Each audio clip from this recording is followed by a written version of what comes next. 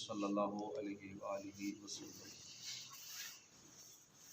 ایک دانا کا قول ہے کہ اگر 3 کام کرنے سے عاجز ہو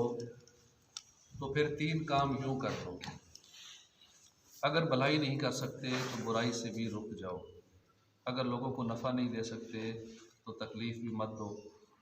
اگر نفلی روزہ نہیں رکھ سکتے تو غیبت کر کے لوگوں کا گوشت بھی مت کھاؤ۔ ایک بزرگ فرماتے ہیں ہم نے اسلاف کو یعنی گزشتہ بزرگوں کو دیکھا کہ وہ حضرات لوگوں کی بے عزتی کرنے سے بچنے کو نماز روزے سے بڑھ کر عبادت تصور کیا کرتے تھے۔ سیدنا وہاب مکی فرماتے ہیں دنیا کی پیدائش سے لے کر فنا ہونے تک کی تمام دنیاوی نعمتیں بھی بالفرض میرے پاس ہوں اور میں ان کو اللہ کی راہ میں لٹا دوں، تب بھی اتنے بڑے عظیم ثواب کے کام کے مقابلے میں بہتر یہ سمجھتا ہوں کہ میں غیبت چھوڑ دوں۔ جب سے دنیا بنی ہے تب سے لے کر قیامت تک جو کچھ دنیا میں ہے سارا میرے پاس اور لٹا دو۔ کتنا بنے گا انلمیٹڈ گنتی نہیں بنے گی، لیکن اس سے بہتر یہ سمجھتا ہوں کہ میں غیبت چھوڑ دوں۔ اسی طرح دنیا اور اس کی تمام نعمتوں کو اللہ کی راہ میں لٹانے سے بہتر ہے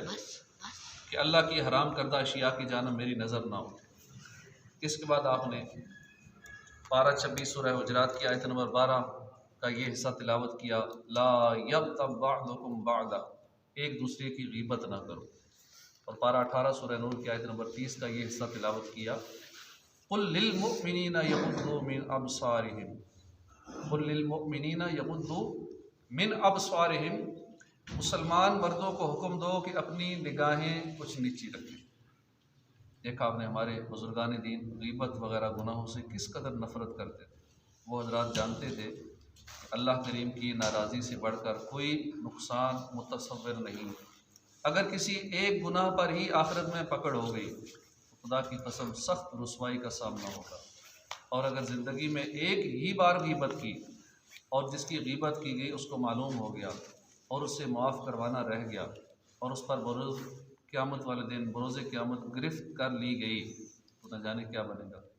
حقوق العباد کا معاملہ بڑا سخت ہے۔ جس کی غیبت کی ہے اور اس کو پتہ چل گیا ہے تو اس سے معافی مانگ لینی چاہیے، اگر نہیں پتہ چلا تو پھر اس کے لیے بھی اپنے لیے بھی دعا کرنی چاہیے، سچی توبہ کرنی چاہیے، یا اللہ جس کی میں نے غیبت کی ہے اس کی اور میری مغفرت فرما، اور سچی توبہ کریں گے تو اللہ معاف فرما دے گا۔ لیکن اگر پتہ چل گیا کسی کو میری غیبت کی ہے فلاں نے، ہو سکتا ہے ہم سمجھتے ہو پتہ نہ چلا ہو، لیکن اس دور میں پتہ چل ہی جاتا ہے۔ ہم نے جس کے آگے بات کی ہوتی ہے وہ آگے پہنچا ہی دیتا ہے، کیونکہ لوگ بڑے پیٹ کے ہلکے ہوتے ہیں نا، بات رکھ نہیں سکتے، جب تک کسی کو بتا نہ لیں چین نہیں آتا، بے چینی رہتی ہے کہ فلاں کے عیب میرے پاس ہیں، میں جلدی جلدی اس تک پہنچا دوں۔ اس لیے جو بات منہ سے نکل گئی وہ اپنی نہ رہی، اب اگلے کی منتیں بھی کرتے رہیں گے نہ بتانا نہ بتانا، وہ جتنا منع کرے گا اتنا ہی زیادہ اس کے اندر جوش پیدا ہوگا، بتانے کا جذبہ پیدا ہوگا۔ اللہ پاک ہمیں غیبتوں سے طرح طرح کے گناہوں سے بچنے کی توفیق عطا فرمائے، آمین۔